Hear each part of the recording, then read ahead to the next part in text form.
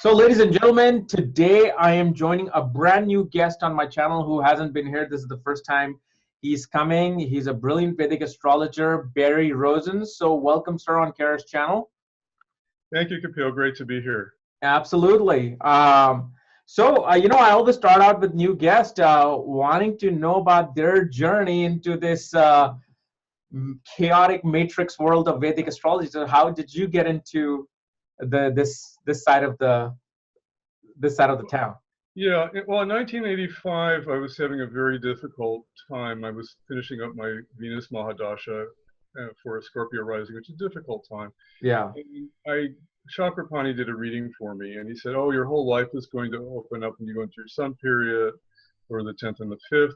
And so I got very interested in Vedic astrology, and I just started kind of, at that time there weren't courses, I just got my hand on a bunch of books by B.V. Raman, and I had just kind of a knack for it, and it just kind of, I've got stationary Jupiter in the 8th and Purnavasu, so I kind of just, I past life inherited talent of being a Jyotish. So, and originally I didn't want to do people, and I was interested in, why the stock market fluctuates every day and how they, so I actually specialized in many years in mundane astrology, using Vedic astrology and, political predictions and country predictions. And I became kind of known for that, and, spoke on the conference circuit about that. And then I had my Saturn return about 5 years ago, and it was kind of like I was working with a lot of gamblers, because they're all kind of into kind of like, so I decided I really wanted to help people more. So kind of moved more into kind of spiritual astrology and psychological astrology. And I've been kind of teaching classes the last 2 or 3 years, and it's my deepest passion is teaching. I just love teaching. Ah, okay. So your Amattekaka might be in Jupiter or Mercury.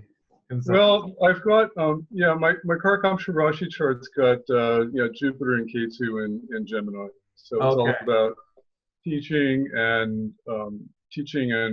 and writing. I mean, if you see my blogs on Facebook or on my website, I mean, I write every day. I mean, I've got a Vina yoga, which is that unusual yoga where you have 7 planets and. Do you have like a moon or Jupiter 5th from your Karakamsha? Or in the ascendant? I've got Jupiter 9th. I got Jupiter 9th from the Karakamsha. Navamsha chart. Okay, there you go. Okay. And what were you doing before, jumping into Vedic astrology? I was an academic. I was kind of, I had a PhD in comparative literature, and I was teaching college literature and film studies, and that was all also kind of Jupiter and Gemini stuff. But and then I just, I had my first Saturn return at age 29. Suddenly I wanted to know why the markets ticked. I've got Lord of the 10th and the 5th being the sun, and for Scorpio rising, and it's just suddenly the career was about finance and investment, and it was such a huge shift for me because it was like teaching college literature and going into finance, and then now I'm kind of switching again the last 5 years. Ah, okay. And what is it that you found? Which type of astrology did you find more attracted to you? Because there's different branches like Parashara, Bhrigu, Jaimini, KP. Which one is it that you were more inclined towards learning? I studied them all, but I've lately I've just had a passion for Jaimini astrology because of the soul work that you can do with it, and it just seems much more revealing and helping people with. Oh yes, absolutely. So I've just I started studying Jaimini about 4 or 5 years ago, and I love Sanjay and I love Mark Loney, and as the ocean of Jyotish you study forever, so yeah, kind of like continuing to kind of learn more and more, so it's kind of exciting. I've got a question for you. What difference do you find in Jaimini where you look at Arudha Lagna versus Karakamsha Lagna? How would you use those two differently in your case? Well, I like to use Arudha Lagna to help people understand how they show up in the world and how other people see them, and that sometimes the transits to the Arudha Lagna are very kind of key. For example, people don't know this, but like Jupiter's transiting. I have my Riddle Lagna's Capricorn with Venus in it. So I come across as this friendly businessman, very social, very good at marketing, and it's very true. That's how people see me. But for predicting, this year, I've got Jupiter transiting the 12th of my moon, the 12th of my ascendant. You would think, oh God, terrible transit. But it's the 10th from the Aruda Lagna, which is a really good transit for the Aruda Lagna. So what happens is, I've just had all this kind of prominence speaking at conference. My book came out. I'm on your show. Things are kind of happening. So it's kind of funny. People forget. But the KRSchannel Lagna, I like using the KRSchannel Rashi chart the most, because to me that's how the soul integrates into the material world. So it's kind of the most composite chart of what the person's life is about. And so I find, in looking at that chart, I can really see the soul's purpose. And when I first started studying this, my eyes popped, because, like I said, I'm stationary Jupiter in Gemini with Ketu, okay? Teaching spiritual knowledge, teaching Jyotish, teaching, education, Jyotish writing, So suddenly all these things are coming up, and the Chara Dasha moved into Pisces. So suddenly, this, as soon as that happened, it was like all about teaching, teaching, So it's been exciting, So I've been kind of interested. It's interesting to see how things kind of manifest. Wow, because I know in Germany, he does not talk about too many positions from the KRSchannel Lagna. Mostly it's like certain planets from the 4th, 5th, 6th, but he will not discuss like Mars through all the houses in KRSchannel Lagna. Did you have to study that on your own? Like, okay, so if Mars is in the 11th versus if Rishi Gemini never talks about that particular position, is that something you had to research on your own? Because there's not too much given even in the Gemini side. Yeah, Gemini is kind of a real mystery in trying to find anything. You have to, my Gemini tutors have been Mark Boney and Robert Koch and Sanjay. And Sanjay has a 5-year program in it, where he kind of really reveals a lot of it. It's been quite intensive study. And it's kind of endless. I don't have all the answers on Gemini, but some of the simple things, work really, really well. Just understanding the Antaparka and its placement, and really, to me, the biggest thing is, like, you can really see a soul's purpose and how it manifests in the world in the combined chart, the KRSchannel Rashi chart, which is the imposed Rashi chart on the navamsha, KRSchannel navamsha chart. Right. And what is you take as a meaning of like Amatya Karka? Because we know the Atma Karka, but Amatya Karka, how do you take that as in your studies? I always look at career, for that. It governs, it's connected to the 2nd, 10th, and 11th houses. So usually when you're looking at money and career, the Amatya Karka can be very revealing. Okay. And you just also came out with a book on transits. Right. Yeah, you can. Oh, maybe I'll hold it up here and share the screen. Okay. Yeah, there it is. Okay. So tell us something about this book. What do you have discussed in the book? Well, what I've been kind of, I wake up at 4 o'clock in the morning and this writing just starts flowing out of me. At 4 o'clock in the morning, you're kind of vulnerable and you start feeling what's going on in the transits. See, my whole, I've spent the most time with transits because I was doing it for mundane astrology. How are transits affecting the people's consciousness, and how does it affect world psychology, and how does it, impact your chart? So I've been kind of studying that for 30 years, and I watch my friends and my family and how I react to every little transit, and so I've developed this kind of hypersensitivity to understanding kind of the emotion and psychology of transit. So my philosophy with Jyotish is that, the planets have the most impact on our emotions and our psychology. So what happens is, and usually we're gripped by it. You have fear, you have anger, you're just kind of really gripped by it. Yeah. But if you know, okay, you've got Moon conjunct Mars today, or Mars is going over your natal Saturn, you know, it's going to be over in 3 weeks or something, then you kind of like, you can blow it off, you know. And when I was really young, I had a lot of, you know, I had my Sadi Sat at 29, and I was studying astrology then, and I kind of, one of my spiritual teachers used to say, you know, you're more powerful than the planets. You command them. So you shouldn't be a victim of the planets. But to do that, you have to have the self-awareness to know what's going on, show the light on it, and you have to meditate enough to kind of like step back. So I remember saying, Saturn, you can go. And I remember this big relief, and it just kind of, the fear kind of just left, because it wasn't gripping me anymore, because you can command the planet. So like all, you know, and so anytime you really kind of know what's going on, as a Jyotishi, we're supposed to shed light on people's darkness, so that that light can dissipate it, so they can see clearly and they make better decisions. And so to me, my transit column on Facebook and on my Applied Vedic Astrology website is all about helping people understand the stuff that's gripping them. So like this week, Mars is in the 4th pada of Mula, and, you know, it's debilitated in the navamsha, and, you know, as you know, it's kind of ashyamsha, which is, there's an 8 relationship. And so, and the 4th pada of Mula, as you know, is just kind of a heavy kind of karmic place for people. If you don't know what's going on, and you're Scorpio rising or Aries rising or something like that, it's really kind of a heavy energy, right? So you know, I'll write about that and tell people.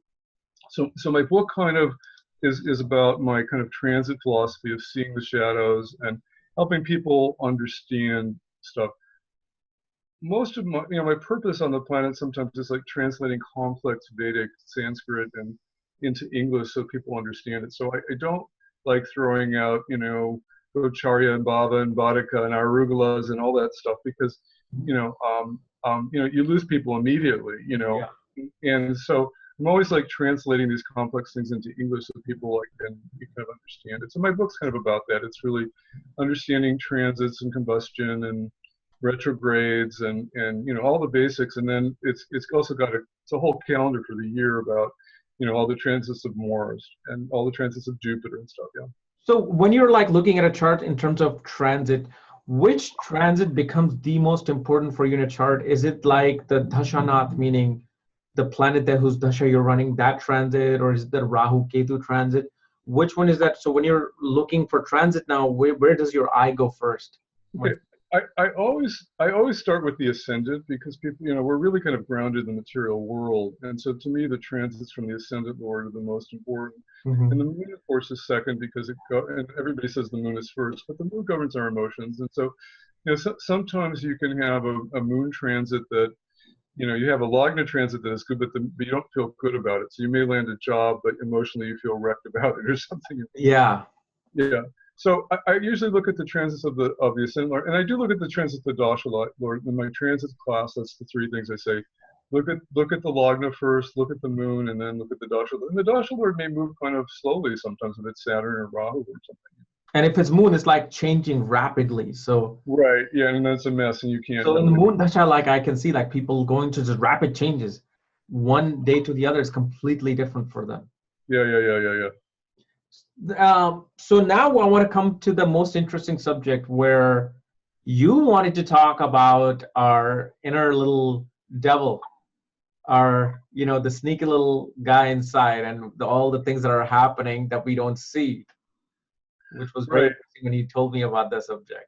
Yeah, so I'm put together a course. I've actually been wanting to teach it for about a year and a half, and I keep trying to get my students ready for it. But it's called Finding Your Blind Spots. You know, I'm studying unconscious patterns in the chart, and there are all kinds of things that kind of run our life sometimes, and we don't see them because, you know, we're blind to them. And there's many ways these appear in Vedic astrology. So to me, the most important thing is, you know, if you have a client and they walk in it with a blue shirt, let's say they're Aries rising, you tell them they're competitive and they're ambitious and they're good in sports or something, you know, what are you doing for them? I mean, you know, so they're wearing a blue shirt. They know they have a blue shirt, you know. So, but if you tell them, you know, they're Bhadika, if they're Scorpio rising or something, and their Bhadika planet's the moon, and the moon is kind of afflicted by a couple planets, then they may have hidden problems about religion or issues with father or issues with mother. Or one of the most fascinating things I discovered in my chart, some of these patterns, like, they run your life for like 30 or 40 years and you don't even see them.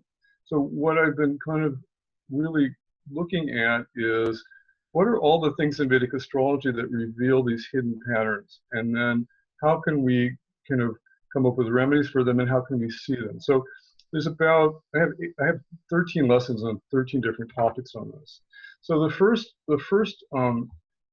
area, and again, some of these aren't advanced topics, but they're more mature topics, but anybody can pick them up. So let's talk about Boudica a little bit. So Boudica, for those of you who don't know in your audience, is certain rising signs have certain houses that have these kind of deep karmic problems with them. So the dual signs, Sagittarius and Gemini and Virgo and what I missed there, Pisces.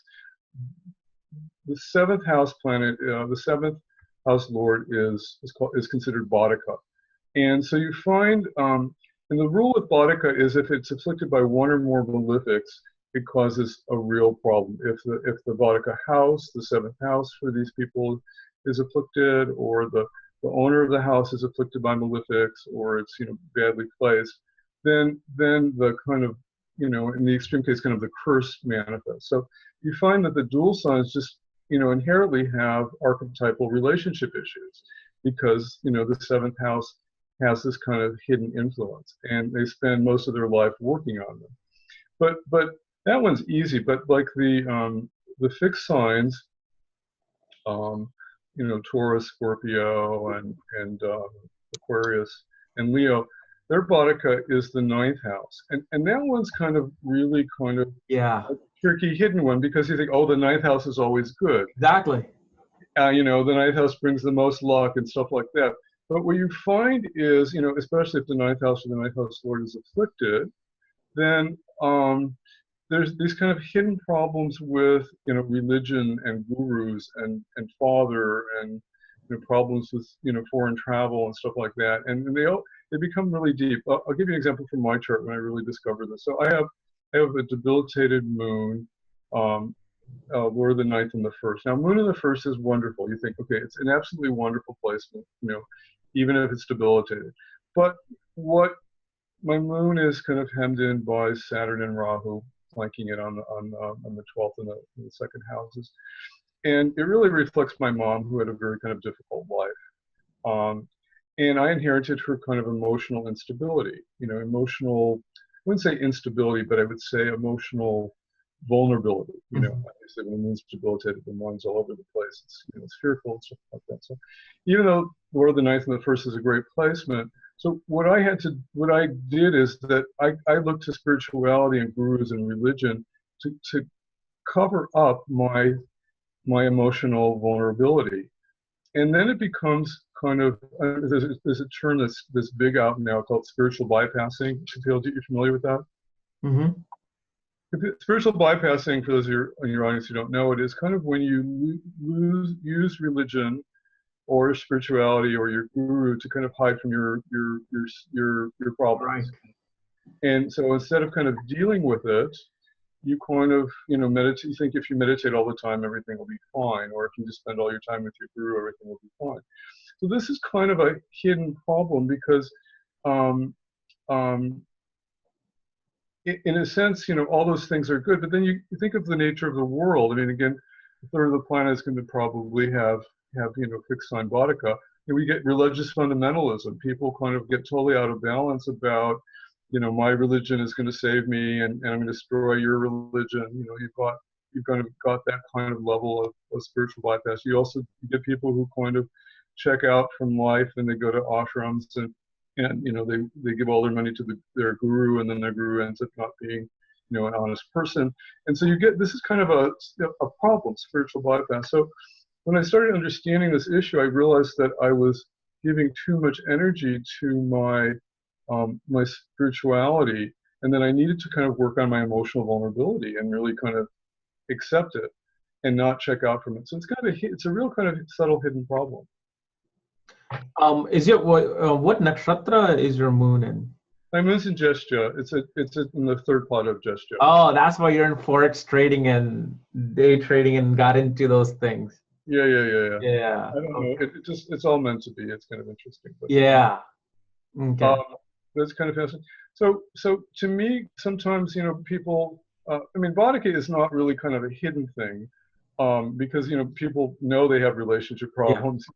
But sometimes they don't realize they have spiritual bypass in the 9th house.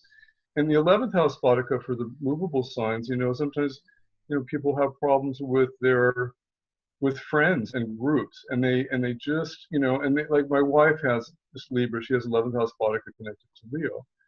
And so what happens is everybody loves her. She's got Jupiter in the first, she's Libra. I mean, everybody wants, adores her. And she thinks no one calls her. And so she thinks nobody likes me. That's kind of this like psychological, like craziness, Right.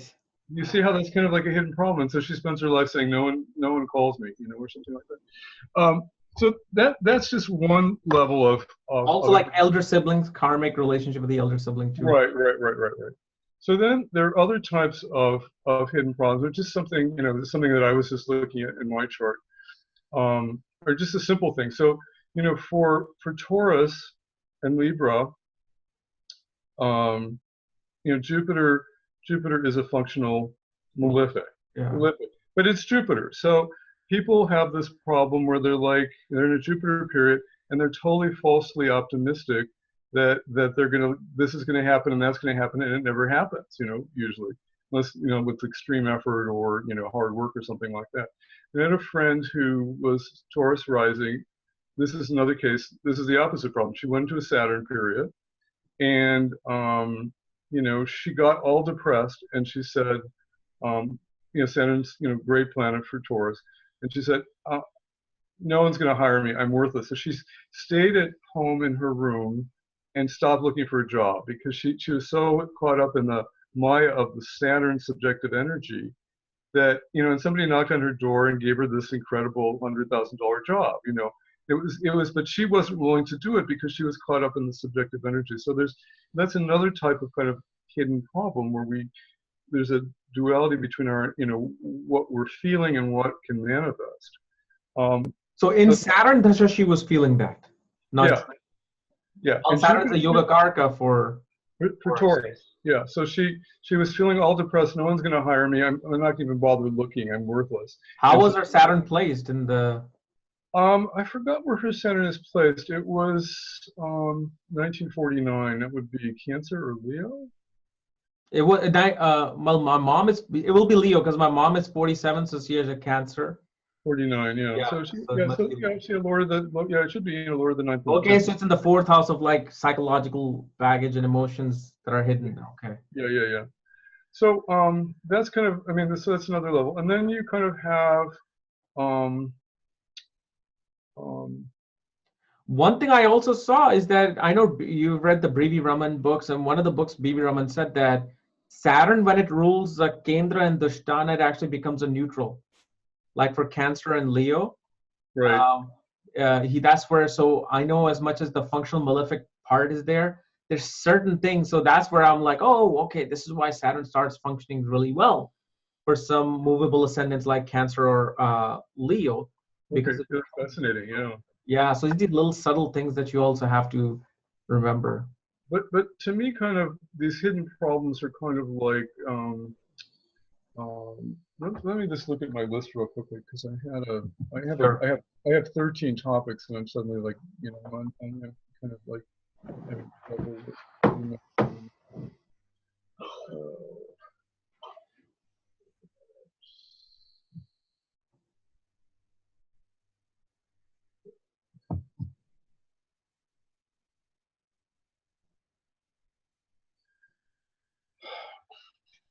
well, obviously, I have kind of one of the most fascinating things to me is kind of, we were talking about before the air, is kind of the houses that are kind of blind spots. That's why I called the course Finding Your Blind Spot. So planets in the 12th house the ancient Greek astrologers used to talk about blind spots because at sunrise, you can't see the 12th house planets on the horizon because the sun's coming up and they're kind of obliterated. So they're kind of, by nature, they're kind of blind.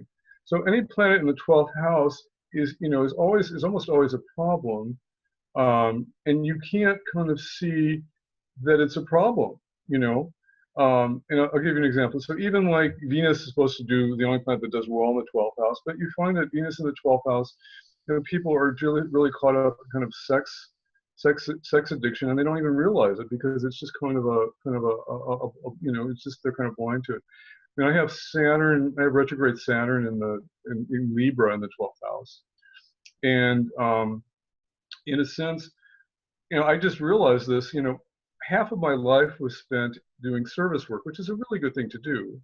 I would work my financial business, and half the time I would do service work for my guru, and it was a really good thing to do. But then I wasn't focusing on my business. I was doing too much service, and then it kind of comes back to bite you when if things go up and down in business, and you haven't put enough energy into it, and then suddenly you have all this good merit for doing service work and helping others, which is great, but you were kind of blinded to saying getting internet is unstable. We're okay? Okay. So anything in the 12th house somehow becomes kind of a blind spot. Any planet there, Mars in the 12th house, kind of you're blind to your angry, aggressive, repressed energy. You don't let it, and then suddenly it explodes on somebody, and you feel horrible, but you're just kind of blind that you even have it because it's like this, unconscious place. So 12th house is a big blind spot. Will it make more sense if it's a daytime versus nighttime? Because in the daytime, sun is on the other side, Yeah, that's a brilliant observation. I have to study that more because you always have to do case studies. But thank you for bringing that out. Yeah, because in nighttime, sun is on the completely other side of the planet. So the 12th house has some relief on that sense that, okay, even though planet is in the 12th house, they can see the stars, they can see the moon. Oh, that's my problem. Where if I can see the sun, a moon right now, if it was in the sky. You see, so the daytime, I think that could have that impact where in daytime it really blinds that entire 10th, 11th, and 12th house because of the brightness, where in the evening time it becomes a little bit more. Yeah, that's brilliant, Kapiel. Thank you for, I really have to do some more case studies work on this. Some of this stuff is kind of new because I'm always trying to kind of create new things. I'm just kind of bored with Yeah. I'm looking for new things. I'm in a Rahu period, so I'm kind of just always kind of creating and innovating. So the 7th house is also kind of a blind spot because it represents our back. We can't kind of see our enemies who are kind of in back of us sometimes, and even our relationships somehow we're often kind of blind to. They always say no planet does well in the 7th house because it's our back. We can't see it. And then suddenly we think this relationship is great, and then suddenly something, Mercury in the 7th house, they're having affairs, and we're just totally blind to it because we can't see it. So that's another kind of example of a blind spot. And then the 4th house to me is kind of this kind of vulnerable area, because it usually represents midnight, and it's kind of when we're going to bed and our unconscious fears are coming up, and things are percolating, and it kind of it's also kind of this vulnerable area. So I'm kind of fascinated about how these blind spots turn up even in the house structures, and how we, if you tell somebody that they have a blind spot when you see the planet in the 12th house, you're really kind of helping them reveal what their problem is. I have a problem with expenditures, and I have exalted Saturn aspecting Mars in the 6th, and in Aries, and it was like I was blind to how overspending I was in my life because Saturn just was just spending, and I was just totally blind to it, and I just couldn't even get a handle on it. So to me, if you help people with their blind spots, it's a real kind of big issue. So that's one thing to talk about.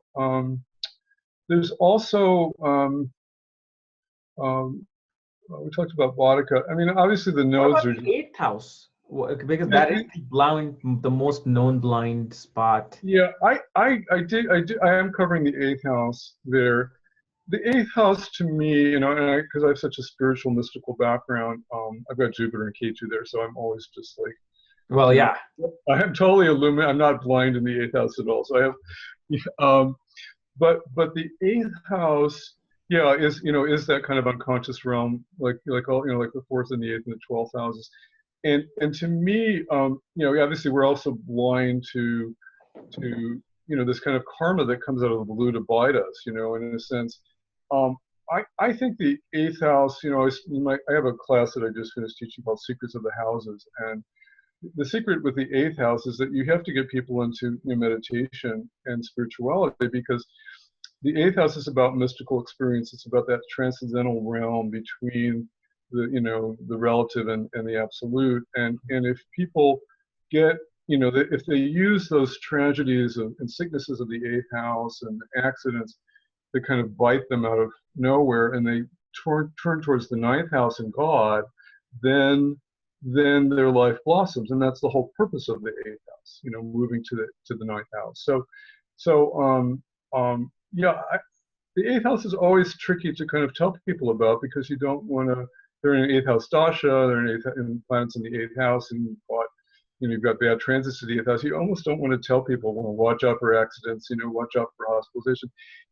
I usually just say, start meditation, start spiritual practice, because this is a heavy period, and it's a way to transform all that psychological grunge that's coming up in there.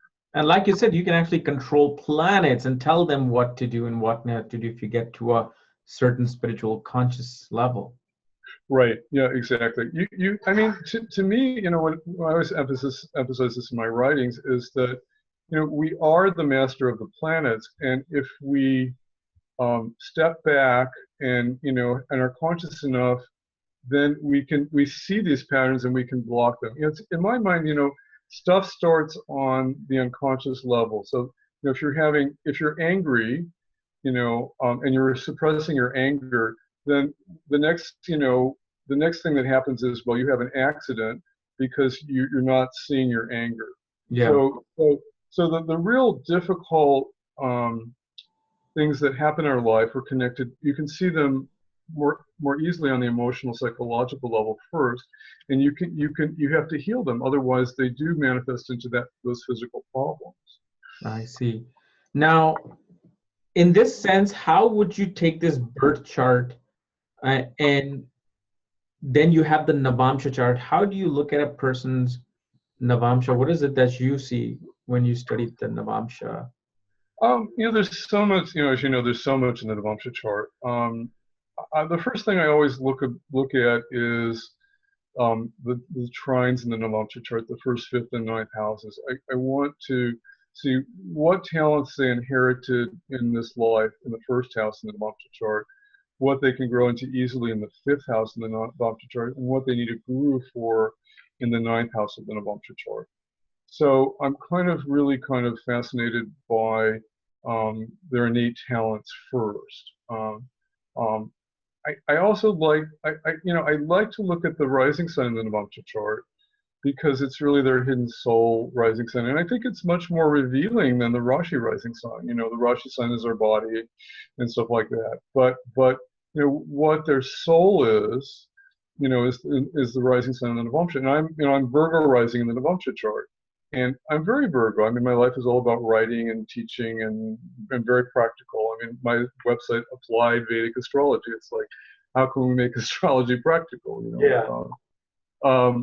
And then I think the 10th house in the navamsha chart is very revealing, because the owner of the 10th house and planets in the 10th house kind of show us what we like to do most, and often reveal so much about our career or something. Like Gemini owns the 10th house in my navamsha chart, and so my life has always been, from the beginning, it's been about writing and teaching.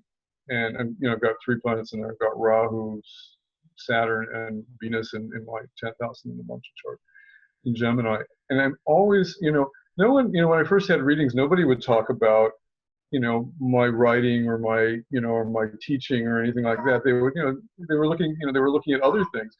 but the most revealing thing about my soul was the 10th house. This passion for writing and teaching. Connected to Gemini. So when I'm rectifying people's charts, I often, if it's between the ninth, if it's between one sign or the other for the 10th house, I ask them what they like most, what their careers involve, what are they, most passionate about. And I think the 10th house is very revealing. So planets, so it's not just a sign, but if there's a planet in the 10th house, that can also, if Jupiter is in the 10th house, regardless if you're a Virgo, can actually show love for teaching and writing or.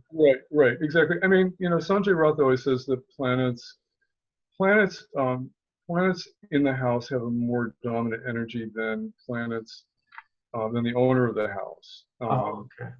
And I thought that's kind of interesting. And I've only kind of recently, Andrew Foss was sharing that with me, and I thought, yeah, that really makes sense. So I do look more now at the planet in the house than but if there's nothing in the 10th house, then you're looking at the Lord of the 10th. And you're looking at the Lord. And have you ever tested or worked with like navamsha nakshatras in navamsha?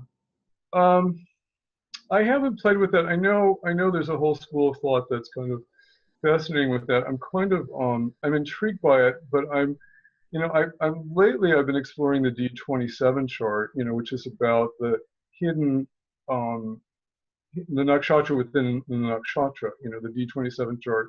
So for example, my ascendant, or I don't know my moon, but like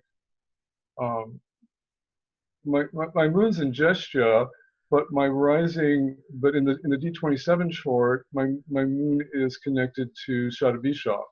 And so on a deep level, there's this incredible creative healing energy that I've always been involved in my whole life. So in the D27 chart, sometimes you can see the subtle nakshatra. So that's really something, to explore. Was there ever interest in things like ancient aliens, UFOs, conspiracy theories, and lots of conspiracy theories. I had about 12 years of writing about conspiracy theories. Wow. Okay. But definitely, I finally let go of it. I finally decided, like, it was just making me more angry. So and love for drinking too. Passed that one up a long time ago. Yeah. Well, okay. So D27 chart. What is the name of that chart? Sometimes the Vamsha chart. I think it's called Vamsha. BHAMSH. Oh, you mean Vimsamsa? Yeah, I sometimes get a little. That's a D20. 27. D20 chart. D27. Vimsamsa. Well, that's spiritual progress. No. It's the D27. I think it's the Vamsha chart. BHAMSHA. Oh, Damsa. Oh, okay. Vamsha. Vamsha. Yeah, if you have Sri Jyotish. Oh, Vedamsa chart. Okay. Yeah, sometimes it's called, but I'm just starting to kind of play with that. The ocean of Jyotish is endless, but I think it does show these kind of hidden, deep psychological patterns of the nakshatras, because it's the nakshatra within the nakshatra. So it's like the deep,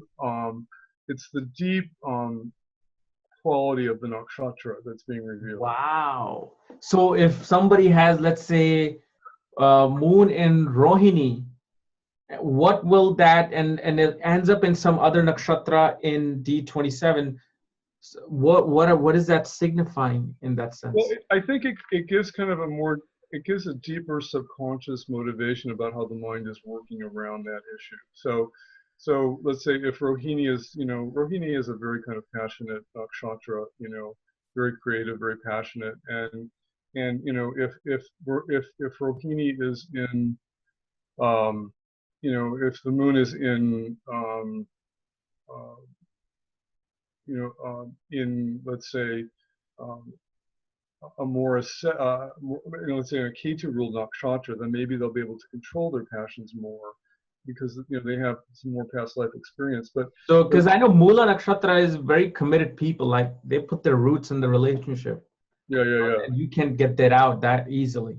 Yeah, it depends on the nakshatra, because I'm just trying to think what are the more kind of like monkish nakshatras that that would be like Uttar Bhadrapada and Revati, more monkish. Yeah. Okay.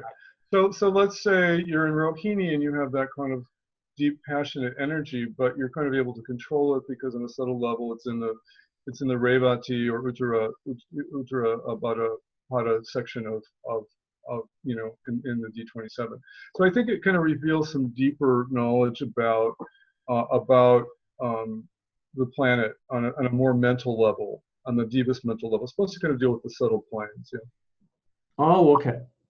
And you also wanted to share some of the outlines in the share screen about your courses that you got. Right. Yes, thank you. Let's get that up here. Let's see if I can do that. So are you seeing my stuff? No, not yet. Okay, so I didn't put. Because I think you put a share screen and then whatever the windows. Okay, yeah, now we get it. Okay, so those of you who haven't seen my book, it is on Amazon. It is on Amazon India. It's on Amazon UK. It's available on our website to download. So if you want a color version, you can download it immediately from our website at appliedvedicastrology.com. And if you want, if you want a hard copy, you can order it from Amazon under Barry Rosen. So it's got all the Rahu Ketu transits, and it's 300 pages of transits this year, and all the information. It's really kind of a Bible. It's quite wonderful. I sent you, Kapiel, you got the copy that I sent you? Yes, I finally got it. Yes. Okay, great. Absolutely brilliant. Okay, and then my summer class, Understanding Your Hidden Flaws and Blind Spots, starts in June. I'm having a sneak preview for this on April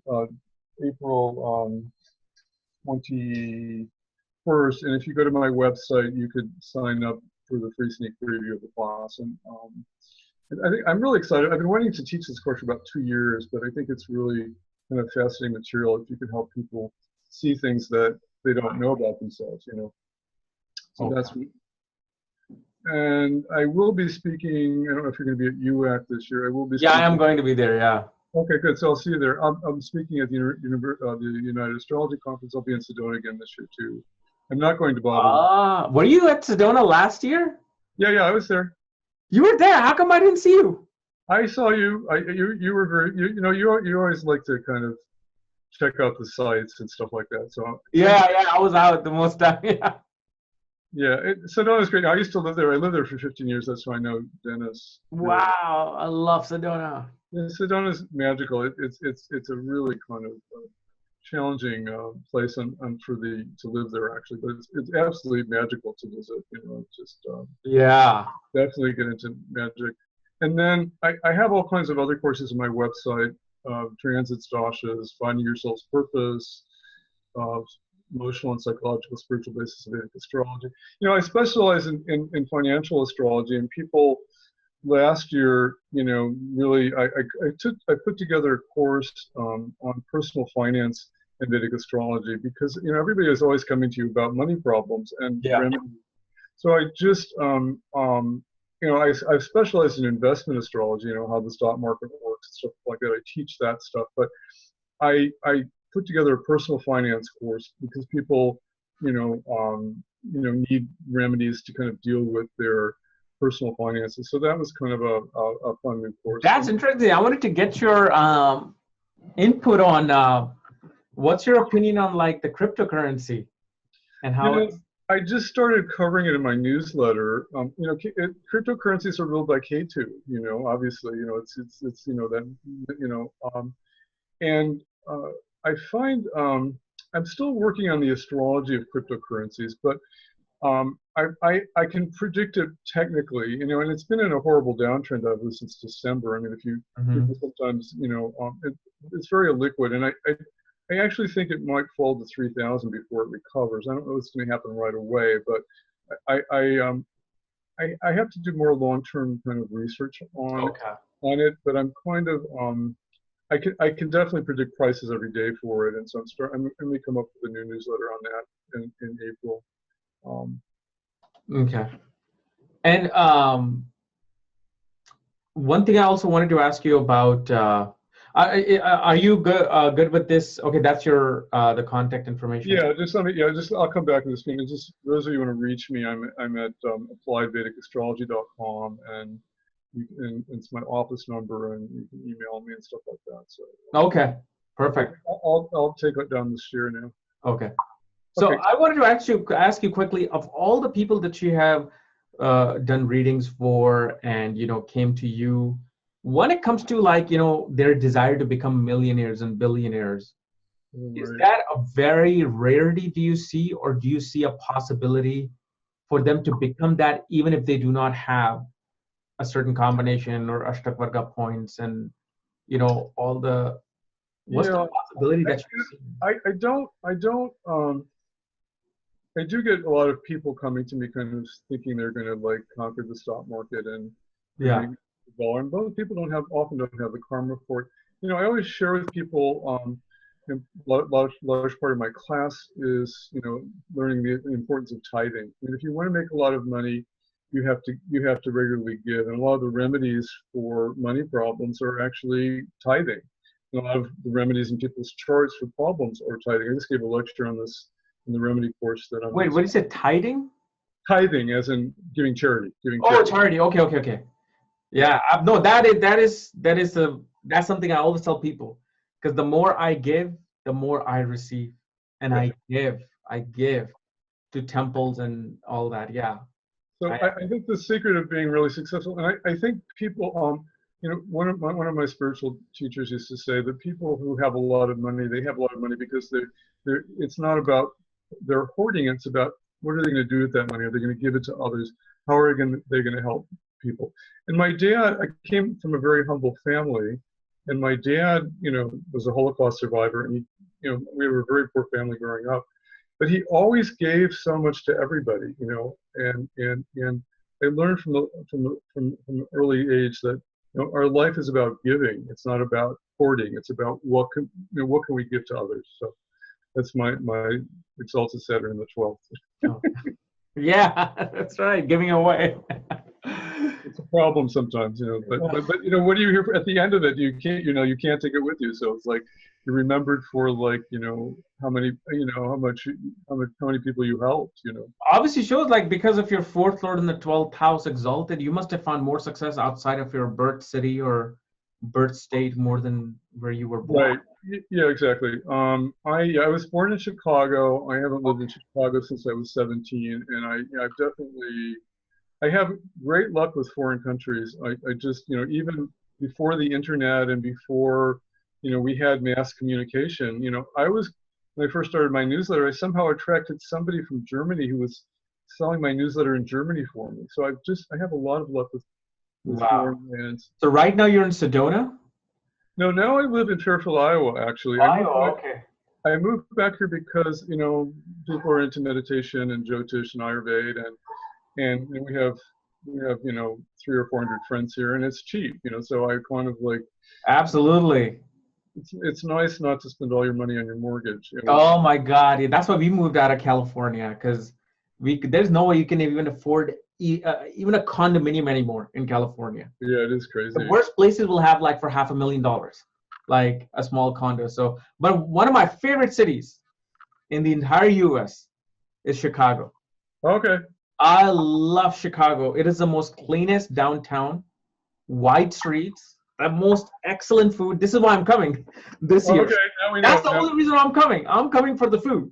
I'm already like booking my reservation to, okay, I have to go to this restaurant, that restaurant, visit this place and that's my I've gone to Chicago twice in 4 months. I was so in love with it.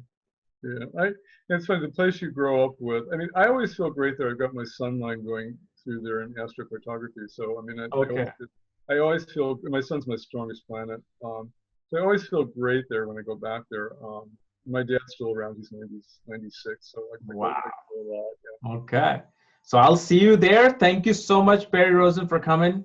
And hopefully I can get you again to talk about something, some other new developments and subjects, because definitely people would want to learn, especially the D27 thing. I would love for you to come back and like cover that a little bit. Okay, that'd be great. It's quite. I mean, as you know, the ocean of Jyotish is endless, and what we realize is that we have to become the ocean because we can't. That's the thing, yeah. We know the whole ocean, so you ask the planets for help, and I always do my prayers at the beginning of astrology, and then everything happens magically because Absolutely. you can't possibly like know everything. Yeah. it keeps it interesting, and that's a great. So anyway, so great to be here. Right. I will keep my slide up one more time here in case people want to see my contact information at the end. So anyway, thank you, Kapiel. So I will look forward to seeing seeing the link, and will be fun to get on the show again. Right. I look forward to seeing you in Chicago. Take care. Thank you. And your website is appliedvedicastrology.com. Yeah, yeah. Okay. Is it too faint there in that yellow? I don't know. Yeah, it was just yellow, so my eyes couldn't see it right away. So yeah, it's blinded by this. It's blinded by the sun here. All right, no problem. Thank you so much, sir. Okay, bye bye. Bye bye.